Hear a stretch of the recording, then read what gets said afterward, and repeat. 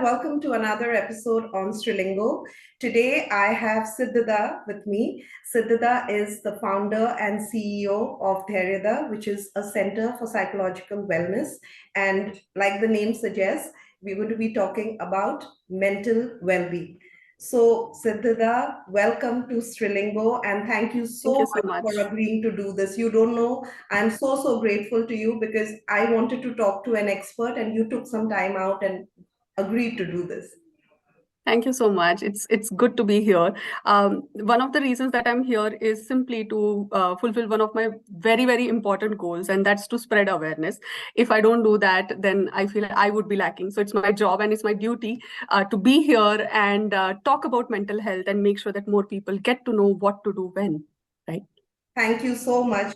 I'm going to start with the first question. You know, we Yes. live in a country where mental health and the importance of mental health professionals is still Mhm. not, I won't say it's up there. So, Mhm. academically, when you chose mental health as a Mhm. subject, was there a specific reason? How were you so enlightened while the rest of us Yeah. were not? Because there are few Mhm. mental health professionals still, and Mhm.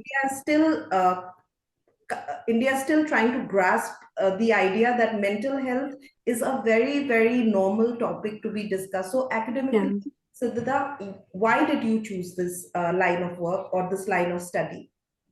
Okay, so I will not give a cliche answer. I'll just be very honest with you. I started with the same thing, होशियार बच्ची है, and you have to make sure that you go into science, and did my IIT ka bit and did my bits ka bit, was doing 11th, 12th science. But I loved writing and I loved languages and I loved to work on humans. That is what made me shift. So I still remember this. My parents had given me a condition that if you score these many percentage in your 12th, then you can do what you want. So it's just a middle class thing, right? And so I had to struggle from there. That is the moment I realized that, okay, I can do this, right? I can do something offbeat if I really want to. So I always wanted to be somebody who is not just going with the flow and finding her own thing. Um, Rather than me finding psychology found me. So I have been through my own shares of struggles, and through those struggles I realized that, okay, there is something that needs to be worked here. And having been through it, mental health became very relevant and I wanted to take it ahead. So I also was preparing for UPSC. That's how I began. Then came a point where psychology just took me in, So once I left science, I actually started missing science. So I was searching for something which would be like a combination of science and human behavior, and psychology just perfectly fit there. Of course, when I chose psychology, I came with this thing that this field is just still new in India and it's going to take a lot of time to establish myself and everything. But I think when you find something you are passionate about, then you choose to give it your best. So it's not just that I found psychology, I think psychology found me back. So that's my answer for that. Yeah. Okay.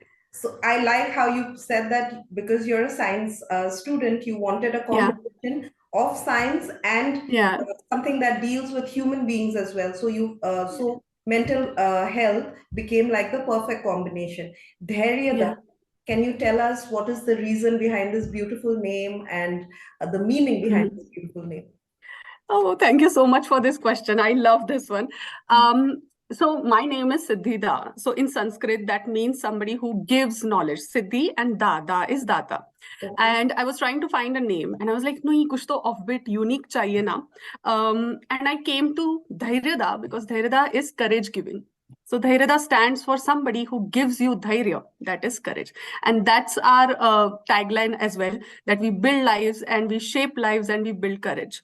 So that's how we came to DhairyaDa. I still remember when I was trying to come up with a name, I had contacted a Sanskrit person, and I was like, can you help me with a name? And they told me, no, DhairyaDa is not a word that exists. And I told them, I'll make the word, right? I will make a word and I will make sure that I reach a place where you can add it to your dictionary and be like, oh, so DhairyaDa is somebody who gives courage. So that's how DhairyaDa came in. Yeah. So you said Siddhida means somebody who imparts knowledge, and Yeah. Dhairya means somebody who gives courage. So Yeah. you are a person of knowledge, of mental health. Now you are Yeah. using that knowledge to give courage to other people. Yeah. Very, Yeah. very Yeah. nice. Very, very nice. Thank you.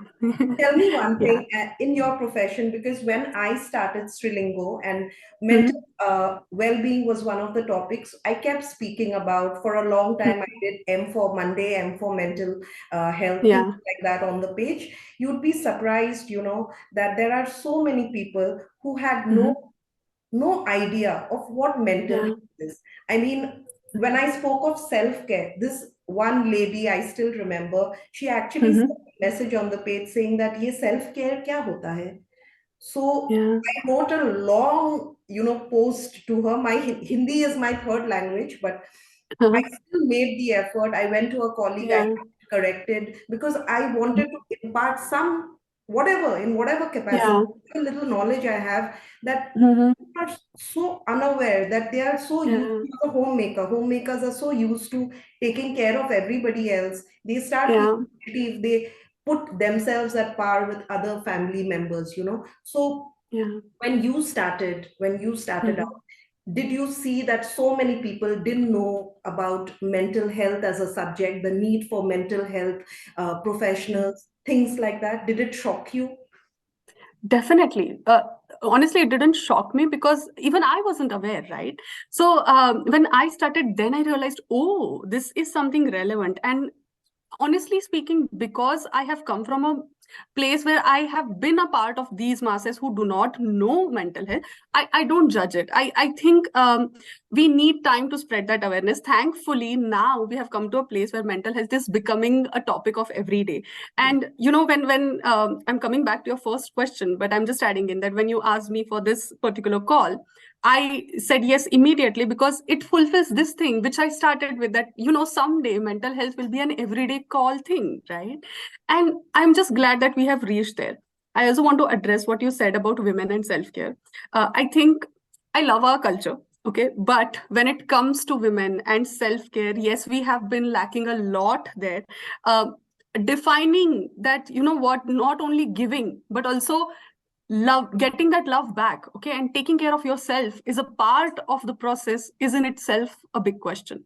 I think so many times when we have sessions with women who have been homemakers for a long time, we have to start with the most basic thing, that it's okay for you to take care of yourself, or it's okay for you to take out that half an hour to think about yourself, because that also leads to so much guilt.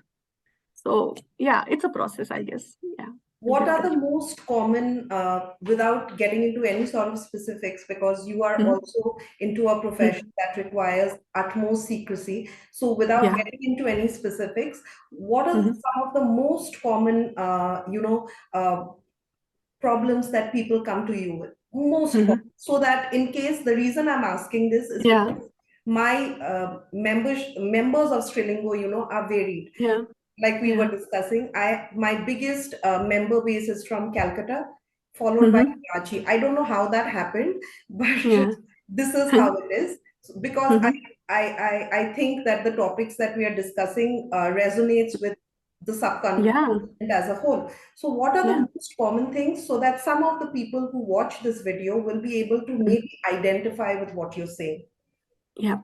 So everything that makes us human, from issues with in-laws, from issues with parents, from issues in the marriage, relationships, from issues of anxiety, not feeling like you deserve anything, from career problems, having been forced into a career, wanting to do something else, the financial crunches of it, from there to abuse and so much more. So I have clients who come just for growth as well. That, what, I have reached this particular place in life, but I want to grow and I want to become a better version of myself. And that's beautiful and that's good. Unfortunately, that's a rarity. Most of the masses that come are coming from a place of minus to plus, right? So आप बोल लो वो relationship से लेके everyday family issues से लेके independent growth से लेके everything, image issues, body image issues also has become a big thing. Internet addiction, different kinds of addictions, the loneliness. So today itself, I was talking to a colleague how, especially for the age group, the current adults, adults. I'm not talking about young adults. So maybe 25 to 35. Loneliness has become such a big part of life because they are transitioning. They are very clear about what they want. They don't want to be forced into those things. But at the same time, getting to what you want takes time. right? Yes. So in that particular period, loneliness has become a kind of epidemic which all of us are dealing with. So it's one of the most common issues that people come to us with, and I think therapy helps with all of them. How can Hmm. one reach out to DhairyaDa in Hmm. case they want to? What is that first Hmm. step? Let's say, for example, somebody Yeah. is going through a period of loneliness, or somebody Hmm. just like you mentioned, it's so Yeah. wonderful. I learned something new now that I'm at Hmm. this stage of my life and I want to be able to get to the next stage, a Yeah. period of personal Yeah. growth. How does Yeah. one reach out to you for whatever issues they have? Like, Yeah. make that first move.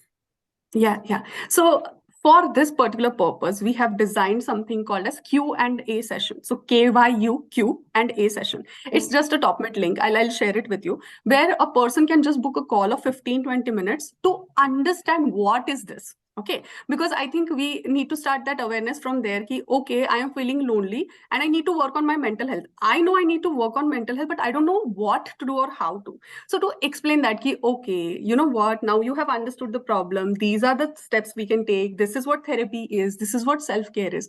So I'll just share the link with you. Anybody can book a 15-20 minutes free call with us to understand what this is, to understand mental health. And I'll also share my WhatsApp number and my website. So anybody who wants to get into it, we see. I could just give you the detailed version where we are like, okay, पहले आपको ये form भरना है फिर वो. But I would rather that somebody who is going through something, they might not be in the mind space to do it alone. So we have somebody who will take care of that, those kind of a person. So you just fill that Q&A link. The person takes up the call with you, helps you understand the process, and guides you through it. कि अच्छा therapy के लिए इस तरीके से जाना है. Hmm. Something like that. Somebody who's going through anxiety or depression, Hmm. they may have very confusing thoughts in their head. They may Yes. not understand, how do I articulate, how do I call this number and say Yes. what I'm Yes. feeling? Leave Hmm. alone talking to family members, strangers se baat Yeah. karna is way more difficult. Or maybe sometimes it's easy, I don't know, to each his own. Hmm. But suppose somebody has scattered thoughts and they don't understand, what am I supposed to say? What do you want to Hmm. say to a person like that who doesn't understand what he or she needs to say when they call? Exactly. So for this is for people who are not sure of what to say. Okay. Hmm. So just book a session and come there and say these exact words that I don't know what to say. And we will take care of the rest. Thank you. Right. That is a very, very wonderful way of Yeah. encouraging somebody to, just Yeah. make that phone call. Rest, you will take care of. Mhm. As a mental health professional, Mhm. Mhm. you are in a very, very fragile job. Yeah. Compared to me, let's say, for example, I have to run a marketing campaign or I have to do a Mhm. content development, whatever my job Yeah. requires. I am dealing with many other people, but we are all Mhm. doing our jobs, and then Mhm. collectively we are able to put out a campaign in the market. Whereas you are Mhm. dealing with actual human beings who have real emotions and are there with you right now because they are in their most vulnerable, Mhm. fragile state of being. Yeah. You have a personal life too. And how do Yeah. you segregate that? Is it very, very difficult? Do you Mhm. carry people's problems back home? I can just Mhm. switch off my phone and I can feel, oh, I've made a distance between work Mhm. and personal life. But your mind Mhm. is going home with you, no? So I don't know how to Yeah. say it in a better way, but I hope you understand what I'm trying to say. Yeah. How do you separate professional and personal life as a mental health professional? Okay, so this is where the training kicks in. This is where the boundaries that we are taught to build kick in. So, I'm just going into this. There are so many new platforms coming up from non-psychology people who talk a lot about a therapist who is available 24/7, or you get on 20-minute calls to just, get into a session and resolve issues. The problem with this is that if there are no boundaries, if there's no separation, it's not just harmful for the therapist, it is also harmful for the client because we are working with emotional issues. The goal of a therapist, okay, so beautifully, our job or our goal is not to keep the client in the therapy. Our job is to make the client independent enough so that they can cope with their issues by themselves. That's the end goal, right? It's ulta. So when we work with that end goal, it becomes imperative that we have boundaries, not just for us, also for the clients. That is why we have setups that, okay, whenever it comes to emotional issues, generally we take one session per week. We don't take more than one session per week. Why is that? It's not just a convenience thing. There's a reason. You're given some homework, or you are supposed to work on your thoughts in a certain way. we have to see the results of it, right? If a therapist is there all the time, you wouldn't put in the work. Right. So, there's this cultural, our subcontinent cultural thing, which is very famous, that you can take a thirsty man to water, right? But Yes, you can't make the thirsty man drink the water. correct. So we have to make sure that, we do not drink the water for the thirsty person, right? We have to inculcate them that within them. And that's why those boundaries become important. And to add in how we maintain that, right? Just sharing a bit here. Whenever we have supervisions and freshers come in, right, they have just started the job, it's very hard for them to maintain that boundary, and they come with this thinking, nahi ma'am, how do I leave this person, how do I not be there for them 24/7? That's the biggest issue. But then here is what we work on, the training and the supervision. So each and every therapist goes to supervision themselves, right? They have a space where they talk about their guilt, they have a space where they talk about the challenges they face. So we have a process that is in place to make sure that those boundaries are maintained. And that's the difference between a professional who has a master's in that particular field. So master's in psychology is a requirement in India to practice as a counselor, and a person who does not have that professional skill. So I think it's the training and the boundary building that we are taught, which helps us maintain that. Honestly, this does not mean it always works. There are going to be days where the work is too intense, where the case is where the emotional load that the person is venting out is high, right? That's why we have limits to how many clients we can take in a day. We need breathers in the middle. We have to take care of ourselves, because we can't preach that you do self-care unless we also do the self-care part. We can give energy only when we have it. Correct. Right. Correct. Yeah. Let me ask, from what you said, sometimes, let's say, for example, there is a disturbed child at home, and the parents realize that there is a need for a mental health professional to step in now, because it's gone beyond our control, right? Not only a child, maybe an adult also. Yeah. There has to be willingness, no? Because unless there's willingness and acceptance that, okay, I have this problem, it's all right. It's like as if I've broken my leg or I've broken my arm and I need to go see the doctor. It's going to be on cast for many, many days. So I will also have to be in therapy for many, many days. But that's a realization that the parents may understand, but the young child may not understand. Now, is it okay for parents to force, or caregiver to force somebody to come to a mental health professional, or how does that work? I mean, what are the stepping stone that creates the path for a person to be ready to come to you? Yeah. So here we will divide this question, and there are two people here. Okay, there is the actual perpetrator in the form of emotional abuse or anything that they are going through, and the victim of it, the victim who realizes that something is wrong and this person also needs help. Okay, but this person is not ready to take the help. Then what do we do? That's what we are saying, right? Yes. Now here we need to remember that even this person, the victim person, is first of all suffering. Okay, and first they need to take help. Okay. This is very, very important, and we need to remember it. It's through observation that we learn the best.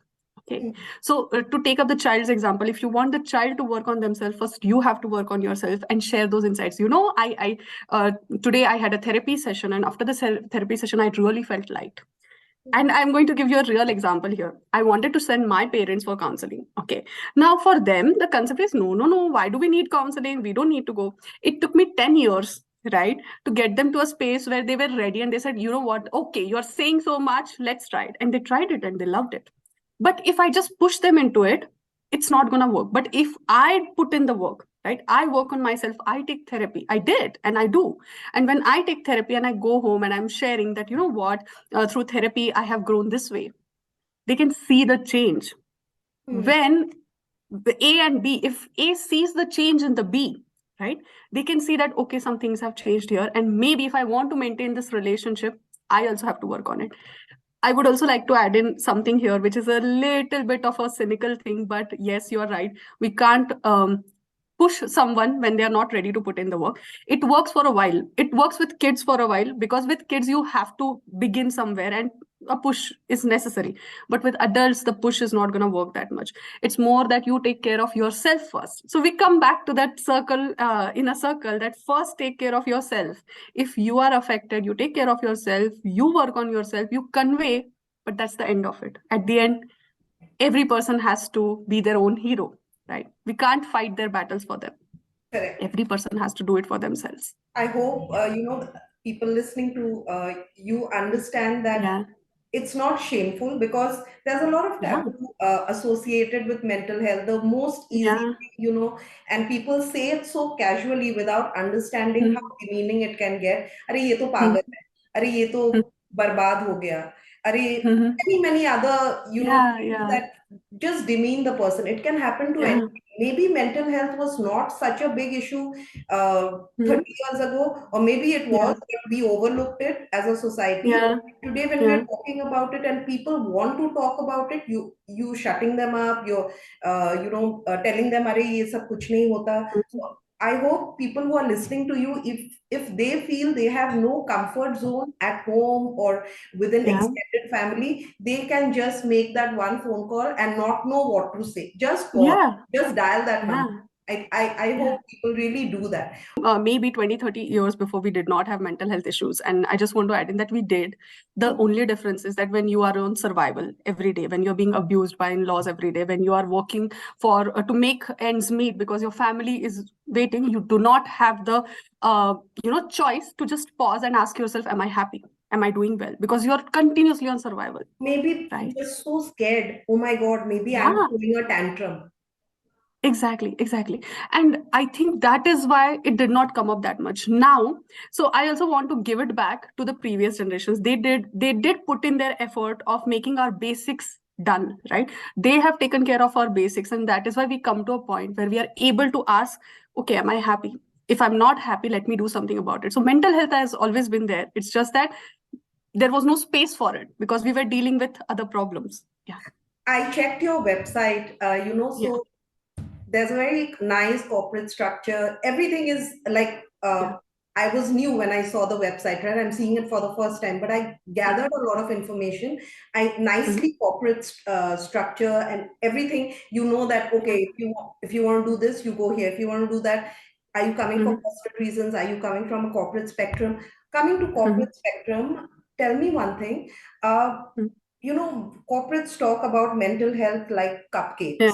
Yeah. Yeah. Yeah. And I'm telling you that for most corporates, mental health means keeping all types of tea in the pantry. Go and have, Yeah. feeling so anxious, go and have this tea, or go and have that flavored tea, and it ends there. It doesn't, Mhm. it, there are so many organizations where they have no respect for personal life. Mhm. If somebody is working till 12 at night, that person is expected to Mhm. answer calls maybe at 2.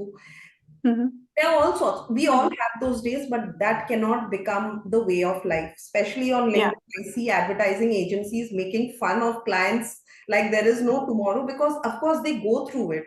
Now Yeah. they've found a way to de-stress by laughing at their circumstances. Yeah. What are the most common problems that corporates face? Because see, give or take, Mhm. many people don't have the luxury of not working. Some are Yeah. running, some are single breadwinners, some are taking care of entire families, some have siblings also in addition to parents to take care of. So not working is not a choice. Mhm. What are the most common corporate problems, mental health problems corporate Yeah. face, in today's Yeah. times? The most important or the most common being the ability to not say no, right? So we work the best on this, that assertiveness training. How do you say no, or how do you build a boundary that no, I will not pick up a call after this, while at the same time building the relation and not hurting it. The problem is that we only know two ways.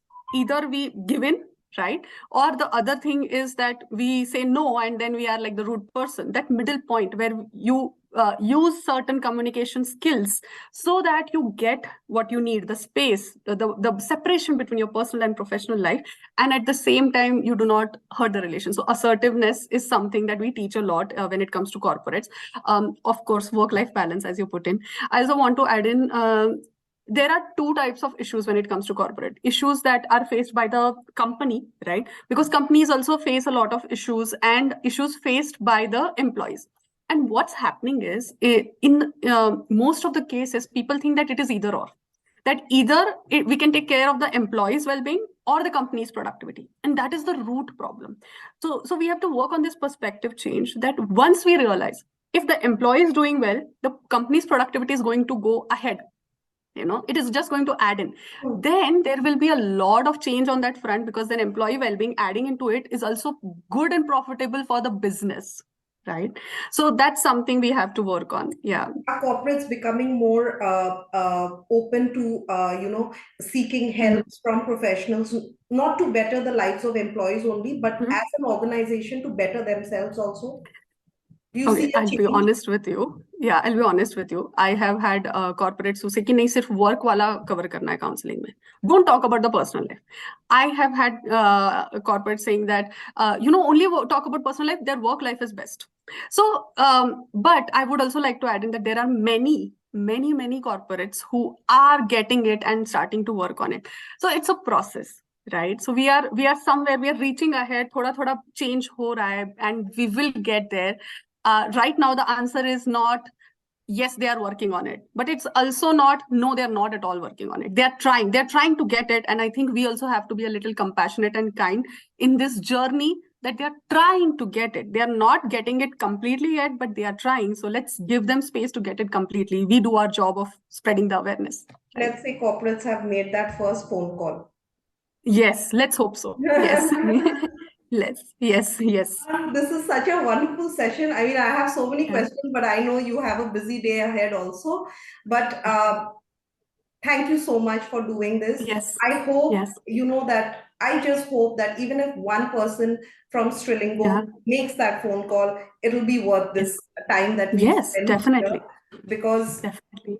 mental health is such an important, fragile subject, and it shouldn't be brushed under the carpet anymore. I think as much as we can spread the word, we should. I'm going to be putting DhairyaDa's details video when we finally edit it and are ready to air, so that anybody who wants to get in touch can get in touch with you, and then take it on from there. So thank you so much. Thank you so much. Yes, it was anytime. a wonderful session. I had such a lovely time talking to you. Yes, thank you so much. And I would just like to add in and end on this particular note, that whatever you're going through, this is for all the listeners, that whatever you're going through, you're not alone in it.